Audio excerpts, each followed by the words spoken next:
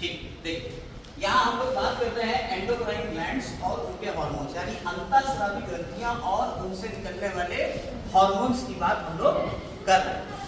ठीक है, अब देखिए हमारी अंतःस्रावी ग्रंथियां कई होती हैं, कई तरीके की अंतःस्रावी ग्रंथियां हमारी होती हैं, जैसे हाइपोथैलेमस, जैसे हाइपोथैलेमस हो गई, पिट्यूटरी हो गई, पीनियल हो गई। ठीक है, इसके बाद थायराइड, पैराथायराइड, थाइमस, एड्रिनल ग्रंथि, फिर आ जाते हैं आपके गोनेड्स यानी टेस्टिस और ओवरी। इतनी ग्रंथियां होती हैं जिनसे आपका पूरा निकलेंगे हार्मोन्स। यहाँ हम लोग जिसकी बात करने जा रहे हैं, पहले बात करेंगे हम लोग ऊपर से लेंगे ब्रेन, जो आपका अग्र मस्तिष्क होता है, फोर ब्रेन जिसे बोलते हैं। इस अग्र मस्तिष्क से एक अंदर ग्रंथि की तरह से काम करता है ये पार्ट, इसे हाइपोथैलेमस, ये ब्रेन के अंदर ही पार्ट है, इसे क्या कहते हैं हाइपोथैलेमस। और हाइपोथैलेमस से ही निकला हुआ एक ग्रंथि और होती है जिसे कहते हैं पिट्यूटरी ग्लैंड यानी पीयूष ग्रंथि। इसी के पीछे एक और ग्रंथि होती है पीछे की तरफ, उसे कहते हैं पीनियल ग्रंथि। ठीक है, ये तीन ग्रंथियां आपको यहीं इसी कपाल में मिल जाएंगी, ऊपर खोपड़ी में मिल जाएंगी। ठीक है, तो सबसे पहले हाइपोथैलेमस के बारे में बात करते हैं। हाइपोथैलेमस करता क्या? हाइपोथैलेमस जो होता है ये आपके अंदर दो तरीके के हार्मोन निकालता है। एक तो होता है मोचक हार्मोन, जो रिलीजिंग हार्मोन होता है। ये किसी दूसरी ग्रंथि से कहता है कि तुम हार्मोन निकालो, रिलीज करो। तो रिलीज कराने वाले किसी दूसरी ग्रंथि से रिलीज कराने वाले हार्मोन रिलीजिंग हार्मोन, और दूसरे होते हैं संगमनकारी या रोधक हार्मोन यानी इनहिबिटरी हार्मोन। ये दूसरी ग्रंथि से कहेंगे कि नहीं तुम अब रोक दो हार्मोन निकालना। तो ये दो तरीके के हार्मोन निकलते हैं, जैसे सोमैटोस्टैटिन, इसमें जो नाम आता है सोमैटोस्टैटिन, ये पिट्यूटरी ग्लैंड से यानी पीयूष ग्रंथि से कहता है कि अब तुम ग्रोथ हार्मोन ना निकालो। ठीक है, ठीक, ग्रोथ हार्मोन रिलीजिंग हार्मोन यहां से निकलेगा और सोमैटोस्टैटिन क्या करेगा, ग्रोथ हार्मोन को रोकने वाला। तो ये हो गए आपके कौन सा हार्मोन, हाइपोथैलेमस से निकलने वाले दो तरीके के हार्मोन होते हैं। ये अलग अलग इनकी और भी कैटेगरी है, लेकिन हम यहाँ पे सिर्फ एक का ही नाम ले रहे हैं। ठीक है, अब बात आती है दूसरा आती है पिट्यूटरी ग्रंथि। दूसरी ग्रंथि कौन सी है, पिट्यूटरी ग्रंथि। अगली ग्रंथि की बात कर रहे हैं हम, कौन सी, पिट्यूटरी ग्रंथि यानी पीयूष ग्रंथि।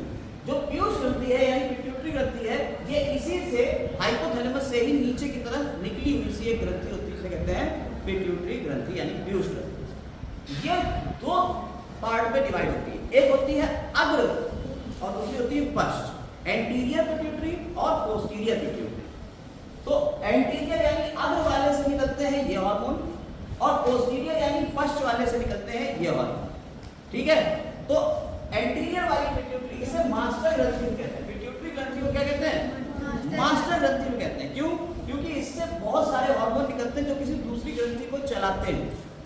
हाइपोथैलेमस को मास्टर नहीं कहते हैं, वो रिलीज और रोकने वाले हैं, यानी रिलीज कराने वाले और इनहिबिट कराने वाले, रोकने वाले हैं। लेकिन यहाँ से बहुत सारे हार्मोन ऐसे दूसरी ग्रंथियों को स्टार्ट कराएंगे।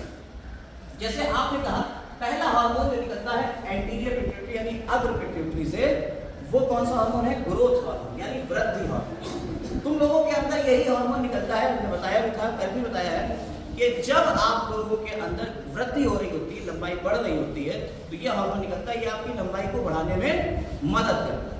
लेकिन कभी कभी हमारे जिस्म में कुछ ऐसी चीजें आ जाती हैं जिसमें से ये हार्मोन, जिसकी वजह से ज्यादा भी निकल सकता है और कम भी हो सकता है। अगर तुम्हारे जिस्म में ये हार्मोन कम निकला है, तुम्हारी बॉडी में ये हार्मोन कम निकला है, तो हाइपो सिक्रीशन यानी कम सिक्रीशन जब होगा, इसका कम स्रावन होगा, तो तुम्हारे अंदर क्या आ जाएगा, बौनापन आ जाएगा। इंग्लिश में कहते हैं डॉर्फिज्म। क्या कहते हैं इसे, डॉर्फिज्म। तुम्हारे अंदर ज्यादा निकल आया तो तुम बहुत लंबे हो जाओगे, यानी 7 फीट के ऊपर चले जाओगे, तो जाइगेंटिज्म या महाकायता। लेकिन अब जैसे तुम बड़े हो गए, मैच्योर हो गए, हम हो गए, हमारे अंदर हार्मोन निकलना बंद हो गया। लेकिन अगर किसी कारणों से अब पिट्यूटरी ग्रंथि से कौन सा वृद्धि हार्मोन ज्यादा निकल गया है, तो हमें जो बीमारी होगी ये वयस्कों में होती है, एक्रोमेगैली।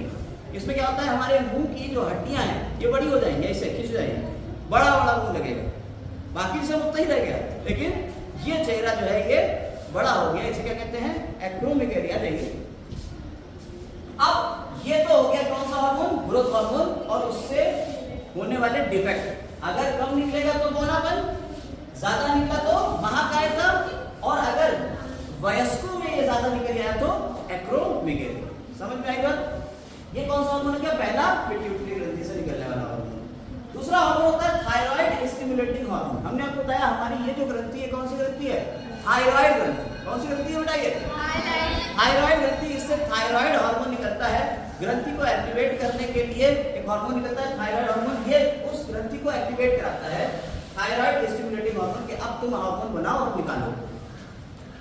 एक होता है एड्रिनोकॉर्टिकोट्रोपिक हार्मोन। ये एड्रिनल ग्लैंड होती है, ये जो हमारी यहाँ पे है किडनी के ऊपर एड्रिनल ग्लैंड। उस एड्रिनल ग्लैंड के से के कॉर्टिकल रीजन, एड्रिनल ग्लैंड के कॉर्टिकल रीजन को एक्टिवेट करेगा एड्रिनोकॉर्टिकोट्रोपिक हार्मोन।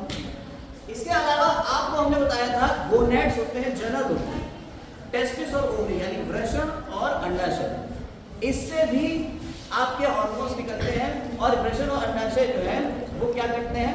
वृषण जो होते हैं उससे क्या निकलता है? क्या बनता है? स्पर्म बनते हैं, शुक्राणु बनते हैं, और अंडाशय से क्या बनते हैं? ओवा यानी एग, अंडाणु बनते हैं। ठीक है, तो अंडाणु और शुक्राणु बनाने के लिए ये दो हार्मोन जरूरी होते हैं, FSH और LH, फॉलिक्यूल स्टिमुलेटिंग हार्मोन और ल्यूटिनाइजिंग हार्मोन। तो ये हमारे टेस्टिस और ओवरी के ऊपर ये जाके एक्ट करेंगे और इससे हमारे अलग अलग हार्मोन और निकलेंगे और क्या बनेगा? शुक्राणु और अंडाणु। इसके बाद हमने आपको बताया था कि जितने भी मैमल्स होते हैं जो स्तनी होते हैं, जो माताएं बच्चों को दूध पिलाती हैं, तो दूध को बनाने वाला हार्मोन कौन सा होता है?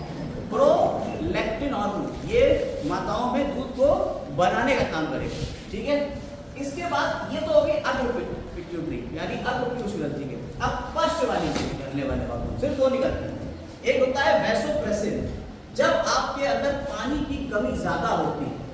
ठीक है, ये पानी की कमी को मेंटेन करता है, यानी पानी की कमी ज्यादा है तो आपकी यूरिन कम बनेगी, यानी टॉयलेट आपको कम आएगी। पानी की जाती है, आपकी बॉडी में पानी ज्यादा है तो आपको टॉयलेट ज्यादा आएगी।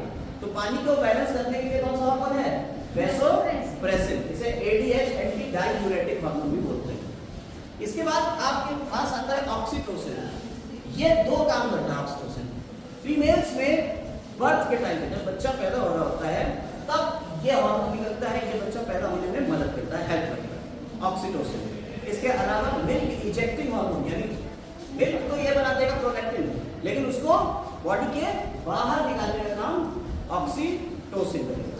इस तरह से हमने दो ग्रंथियां पूरी पढ़ ली, हाइपोथैलेमस और पिट्यूटरी यानी पीयूष ग्रंथि। सारे काम आपको समझ में आ गए? याद हो जाएंगे सारे काम? और सारी ग्रंथियों के नाम एक साथ याद कर लीजिएगा। कौन कौन सी ग्रंथि फिर से बता दे रहे हैं।